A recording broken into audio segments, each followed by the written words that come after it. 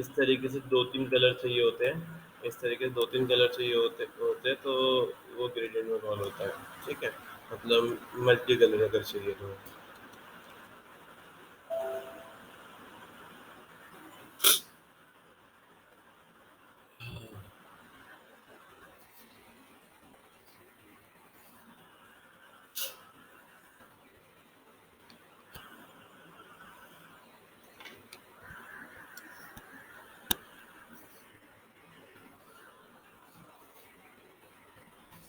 नौ बजे, सवा 9 बजे तब आता हूँ, पता है सुबह ब्रेकफास्ट ब्रेकफास्ट कुछ नहीं हो पाता, सुबह बनता ही घर पे।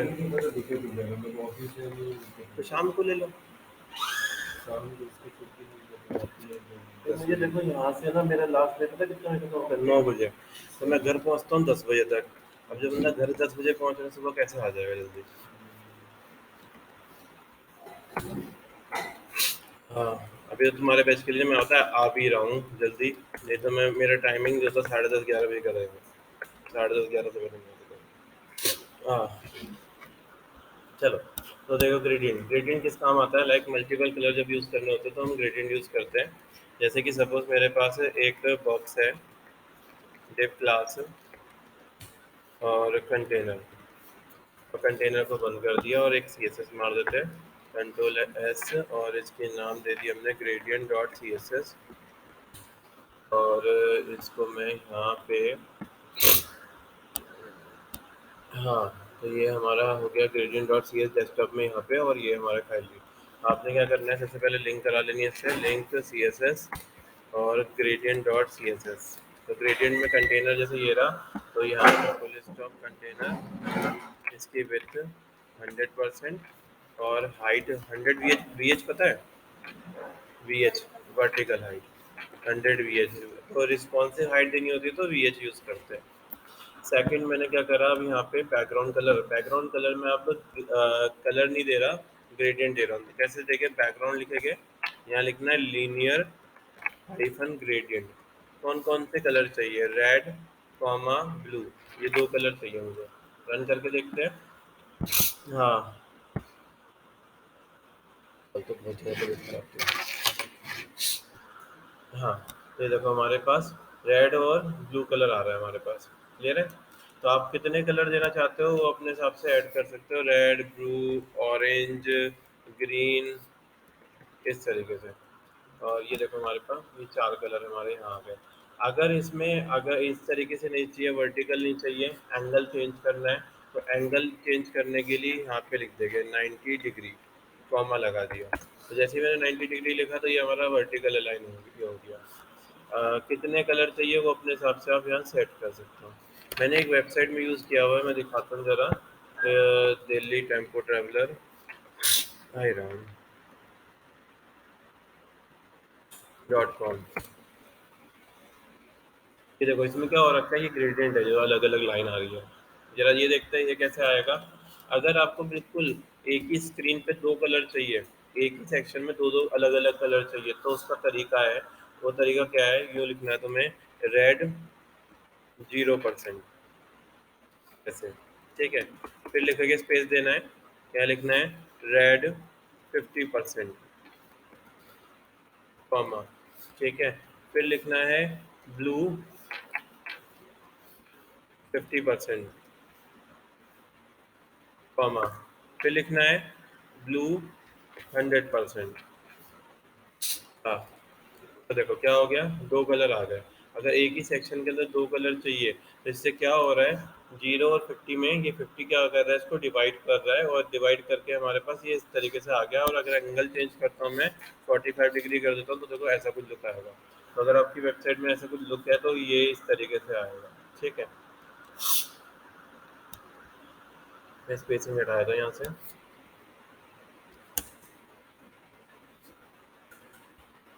स्टार, मार्जिन 0, पैडिंग 0, और box hyphen sizing, border hyphen box. तो ये हमारा इस तरीके से आ रहा है, समझ में आ गया?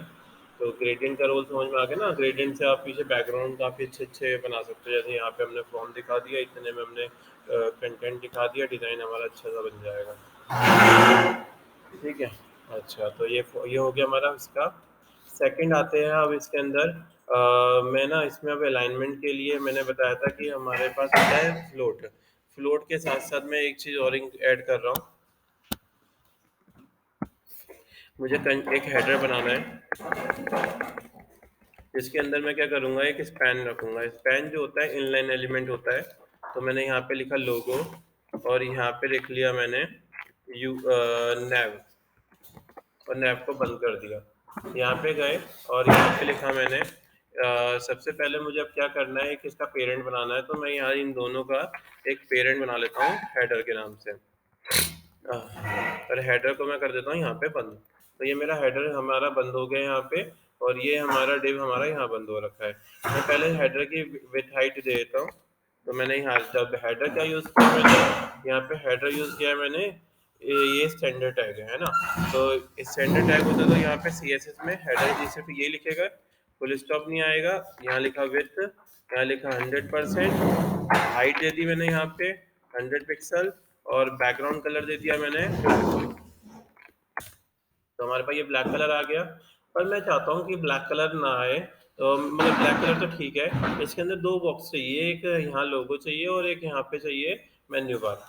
तो अब दो सेक्शन चाहिए इसके अंदर। तो दो सेक्शन चाहिए, तो कहाँ पे चाहिए, यहाँ पे ये। तो लोगो तो मैंने यहाँ रखा है, तो लोगो तो यहाँ आ रहा है। हेड वो नहीं आ रहा मेरा मेन्यू बार, तो मेन्यू बार भी ले आते हैं। नैव है हमारा ये। तो ये भी स्टैंडर्ड टैग यूज करा है मैंने, नैव। डायरेक्ट नैव लिखेंगे। कुछ कुछ स्टैंडर्ड टैग है, लिस्ट में बता देता हूँ कौन कौन सी है। विथ मैंने रख दिया यहाँ पे 40-50%। Height 40 pixel. Background colour orange. और चेक करते हैं, तो ये देखो ये ऐसा आ गया। ठीक है। तो यहाँ पे लोगो आ रहा है और यहाँ मेन्यू आ गया बाहर। तो मैं चाहता क्या हूँ कि ना ये एक लाइन में आए दोनों। तो देखो हमारे पास फ्लोट का तरीका था ही, फ्लोट यूज़ करते हैं। पर फ्लोट के अब ना फ्लोट पुराना हो गया है, फ्लोट ज़्यादा यूज़ नहीं करते। फ्लोट से ना रिस्पॉन्सिव अगर मोबाइल में देखोगे ना तो दिक्कत आती है। इसलिए फ्लोट की जगह एक नया ऑप्शन आया GS3 में, उसका नाम है फ्लैक्स। तो आपको बस उसमें करना क्या होता है, पहले मैं स्पैन की और CSS देता हूँ। तो मैंने यहाँ लिखा हेडर के अंदर जो स्पैन है, उसका बैकग्राउंड कलर जो हो जाए वो रेड हो जाए, और उसकी हाइट जो हो जाए वो हो जाए 80 पिक्सल, और उसकी विथ जो हो जाए वो हो जाए 10%। तो इससे क्या आउटपुट आ रहा है, ये हमारा ऐसा कुछ आ रहा है। चलो ठीक है, कोई नहीं। हाँ, इसको बढ़ा देते थोड़ा सा। हम्म, चलो तो ये आ रहा है हमारे पास, वो स्पैन है इसलिए इतना स्पेस लेके चल रहा है। मुझे अभी क्या चाहिए, ये इधर चाहिए इसके सामने, और ये बिल्कुल सेंटर सेंटर में चाहिए। तो देखो एक तरीका है, फ्लोट ना यूज़ करके अब हम यूज़ करेंगे यहाँ जो इसका पेरेंट है, पेरेंट ढूंढेंगे पहले कौन है। तो पेरेंट है इसका हेडर, इन दोनों का। तो हम लिखेंगे हेडर के अंदर डिस्प्ले फ्लैक्स। इससे क्या हो गया डिस्प्ले फ्लैक्स लिखने से, ये देखो ये हमारा इधर आ गया। और इसका कलर चेंज कर लेता हूँ मैं, तो अच्छा लगेगा। पेरेंट में लिखना है ये। हाँ, ये आ गया। तो देखो ये ऑरेंज इधर आ रहा है और ये इधर आ रहा है ना।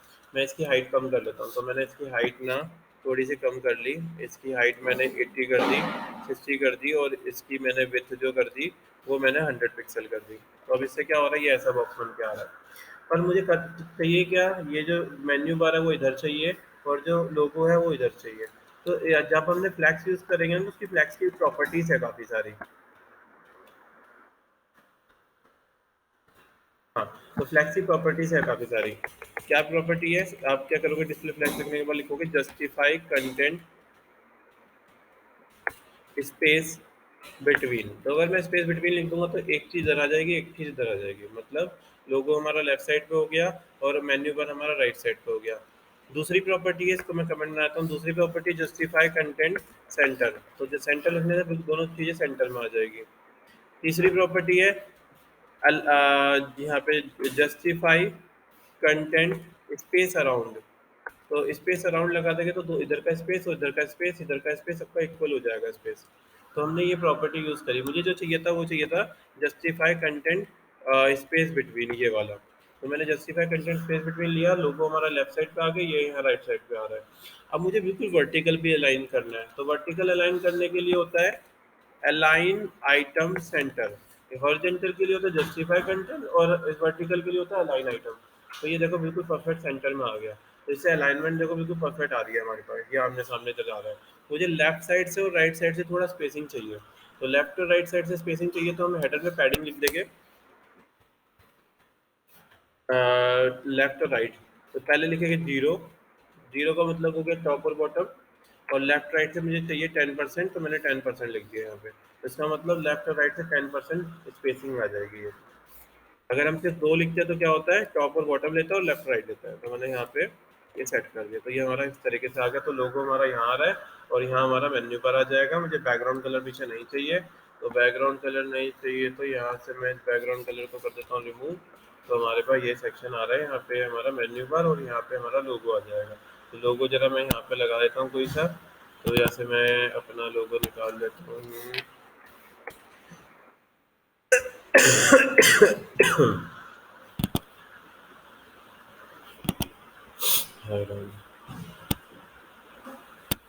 ये लोगो रहा मेरा, कॉपी किया और इसको मैंने क्या करा, यहाँ पे इस पेन में यहाँ पे पेस्ट कर दिया INGSRC, और यहाँ पे हमने ऐसे लगा दी।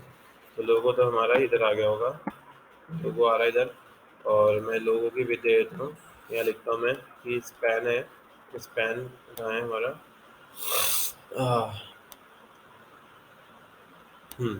इसके अंदर लिखा मैंने कि जो हमारा हेडर है उसके अंदर जो स्पैन है, उसके अंदर जो इमेज है उसकी विड्थ जो हो जाए वो 100% हो जाए, मतलब जितना बड़ा है उतना ही आ जाए। तो यहाँ से मैंने बढ़ा दिया इसको, 100 की जगह 200 कर लेंगे तो इतना बड़ा हो जाएगा ये। और बस मैं इसका बैकग्राउंड कलर अब यहाँ से हटा देता हूँ, हाइट भी हटाता हूँ इसकी और बैकग्राउंड कलर भी इसकी हटा देता हूँ। अभी मेरे पास ऐसा कुछ आउटपुट आ रहा है। तो यहाँ मेरा लोगो लग गया और यहाँ पे मेरा मेन्यू बार आ जाएगा। तो ये आसान तरीका है। फ्लोट लेफ्ट में क्या होता है, मार्जिन वार्जिन देने पड़ते हैं, इसके अंदर अब मार्जिन देने की हमें नीड नहीं पड़ेगी।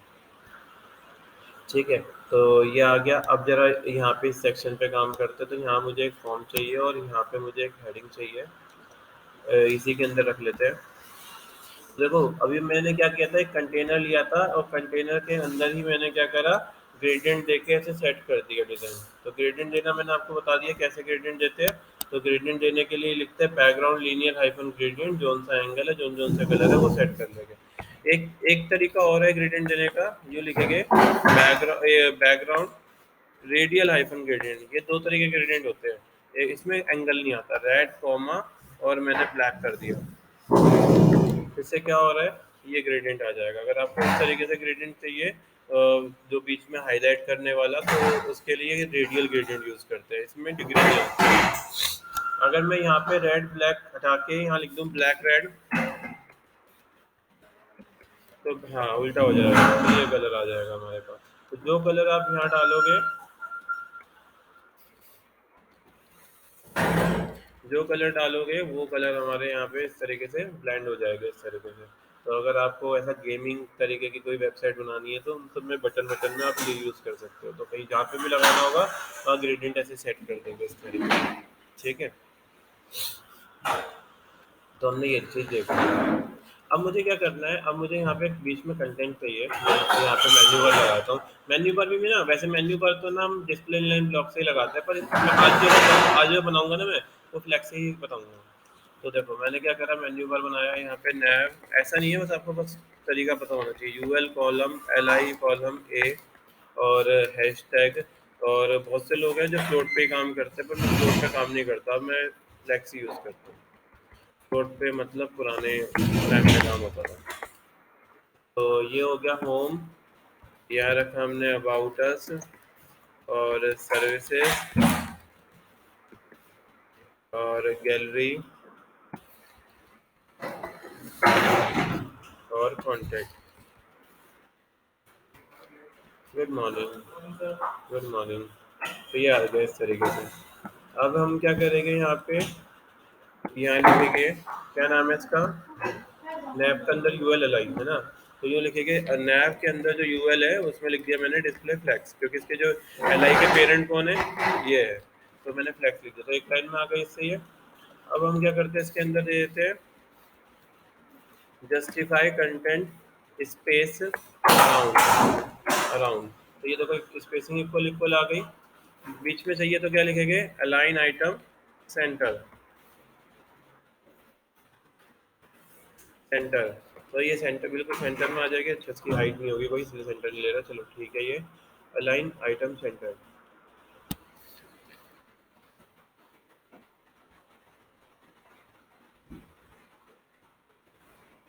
हाँ तो इसकी हाइट हाइट नहीं है यूएल की, इसलिए नहीं ले रहा, तो इसे हम हटाए थे, इसकी कोई ज़रूरत नहीं है।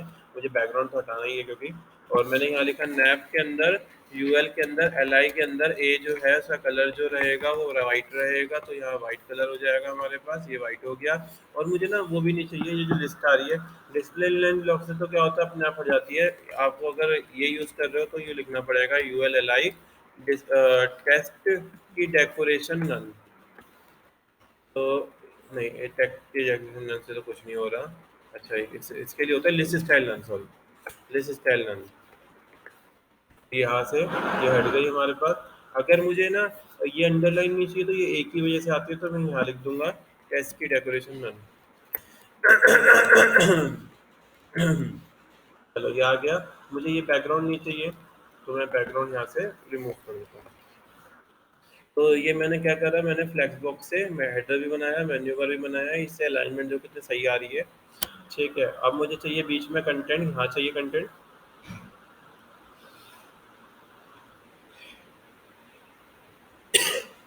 हे राम।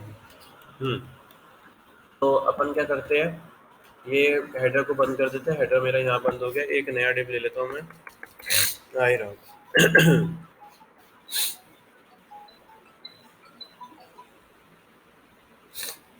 हेलो। हाँ गुड मॉर्निंग भाई। हाँ गुड मॉर्निंग। अरे मैंने बोल रही थी हाँ कि ना मेरी फ्रेंड ने निकली है अभी घर से, अच्छा बोल रही थी कि शिक्षा हाँ मतलब ना नोएडा जो पहुंचने में शायद ना मुझे फोन करना लग जाए, तो वो जब वहाँ पहुंचेगी ना तो फोन कर देगी, तो मैं ठीक है हाथ भिजवा दी, ठीक है ठीक है ठीक है ना भाई, वो मुझे फोन कर देगी, मेरा नंबर दे दिया, ठीक ठीक है। थैंक यू भाई। ओके।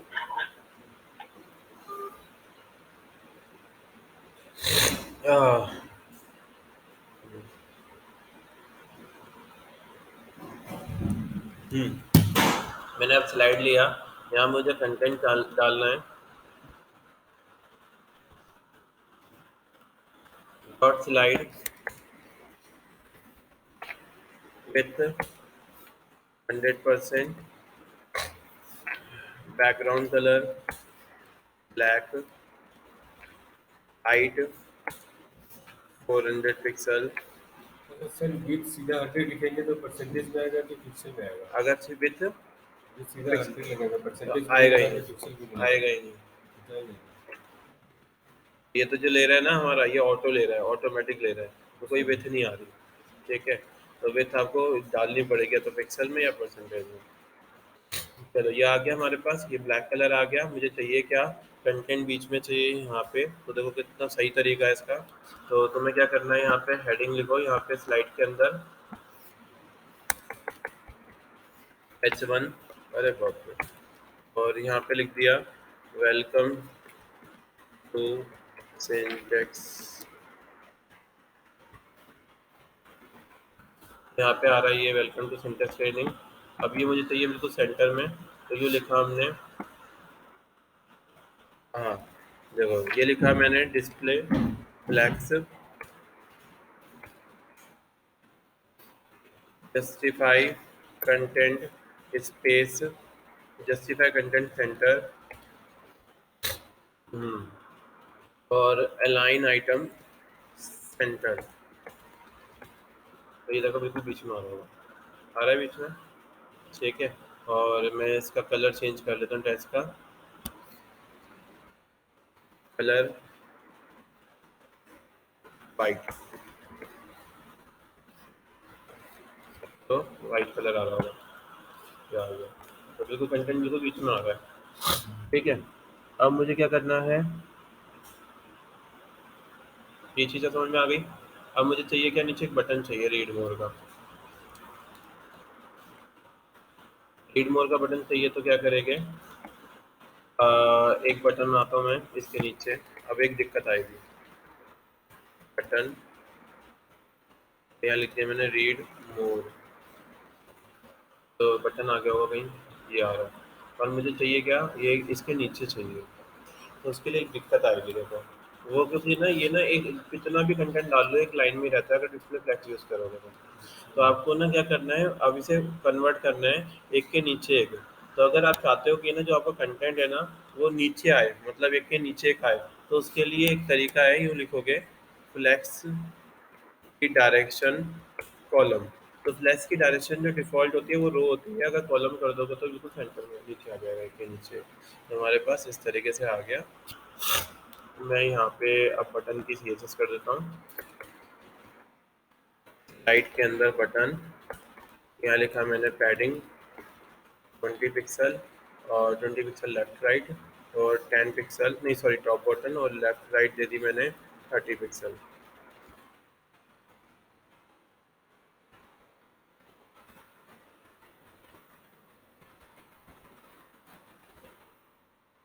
ये आ गया मेरे पास।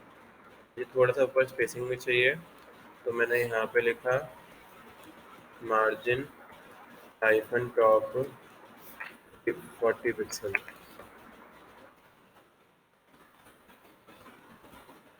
ये आ गया। तो आ गया हमारे पास। मुझे बैकग्राउंड कलर नहीं चाहिए ये वाला, पीछे का ब्लैक कलर, तो मैं बैकग्राउंड कलर ब्लैक कलर हटा देता हूँ, तो ये मेरा इस तरीके से आ रहा है यहाँ पे। तो ये सेक्शन हमारा ऐसा बन गया, मैं सारा ही पूरा फ्लैक्स ही यूज़ करा है ना, पूरा फ्लैक्स ही यूज़ करा है। तो फ्लैक्स काफ़ी काम का है, अगर फ्लैक्स यूज़ कर लोगे तो वेबसाइट बहुत बनाना ईजी हो जाएगा यहाँ पे। तो ये हमने इस तरीके से यूज़ कर लिया। अगर बैकग्राउंड में जैसे ग्रेडियंट डाला है, इमेज भी डालनी होती है, इमेज भी डाल सकते हैं, तो इमेज भी डाल के दिखाता हूँ। जैसे बैकग्राउंड में ना ये इमेज डालनी है, तो मैंने क्या करा,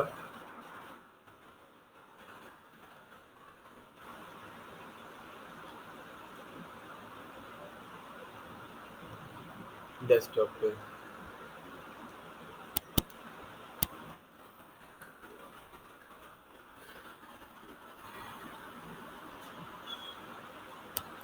हाँ ठीक है।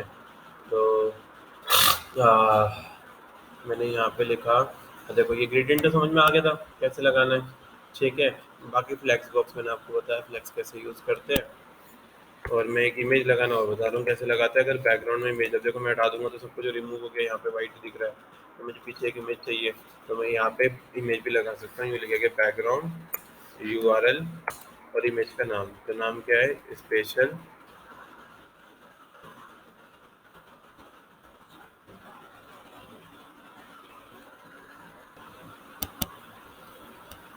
हाँ,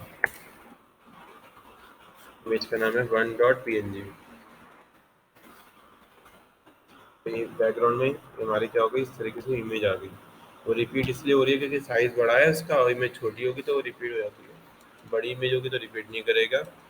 या आप ये भी लिख सकते हो, अगर ये ऑटो रिपीट कर देता है तो हाँ वैसे ये ही। ऑटो रिपीट कर देगा। अगर रिपीट को हटाना होगा तो लिखेंगे background hyphen hyphen repeat no repeat. Rahul, Rahul ये बता कि क्या नाम है, अपना लैपटॉप के बिना काम चल जाएगा तो एक हफ्ता, इस वाले के बिना कंप्यूटर चल रहे अपने सारे, इसे भी चालू कर दे इस वाले को इसकी, इसमें क्या पावर नहीं आ रही, इसकी रैम निकाल दीजिए, मैंने रैम ये लगा के ना चल जाएगा। हाँ ये रैम लगा दूंगा, रैम खराब हो गई इसकी। तो रैम मैंने ये रही रैम इसमें, ये इसमें लगा दें, ठीक है। अच्छा, ये वाला ना एक हफ्ते के लिए किसी को देना है, मेरी कज़न को चाहिए लैपटॉप, एक हफ्ते बाद देके जाएगी, तो चल जाएगा ना एक हफ्ते बाद। हाँ तो कोई नहीं, एक हफ्ते में आ जाएगा वापस। हाँ हेलो, गुड मॉर्निंग। हाँ हाँ हाँ, आज क्लास होगी हाँ 11 बजे ही रखेंगे। हाँ हाँ, ये आ गया। चलो, समझ में आया?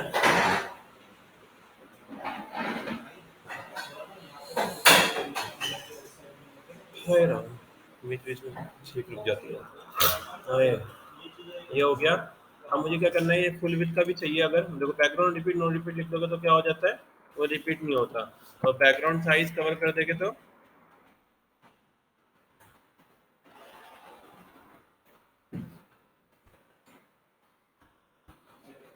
ये ऐसा आ गया।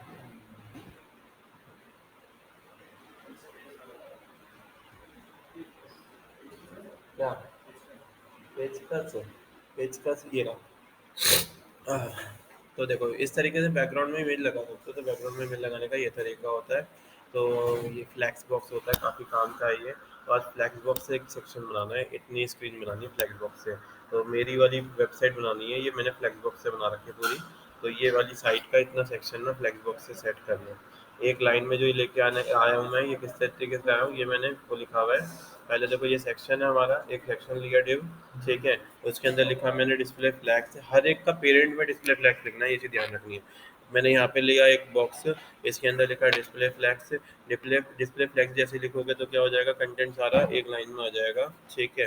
फिर आपको क्या करना है, ये सेक्शन को एक डिव के अंदर रखना है और इसको एक डिव में रखना है। तो क्या होगा, सिर्फ दो डिव जो होगे ना, जो उसके अंदर दो डिव होगे, वो हमारे एक लाइन में आएंगे, बाकी वो नॉर्मल कंटेंट आएगा, ठीक है।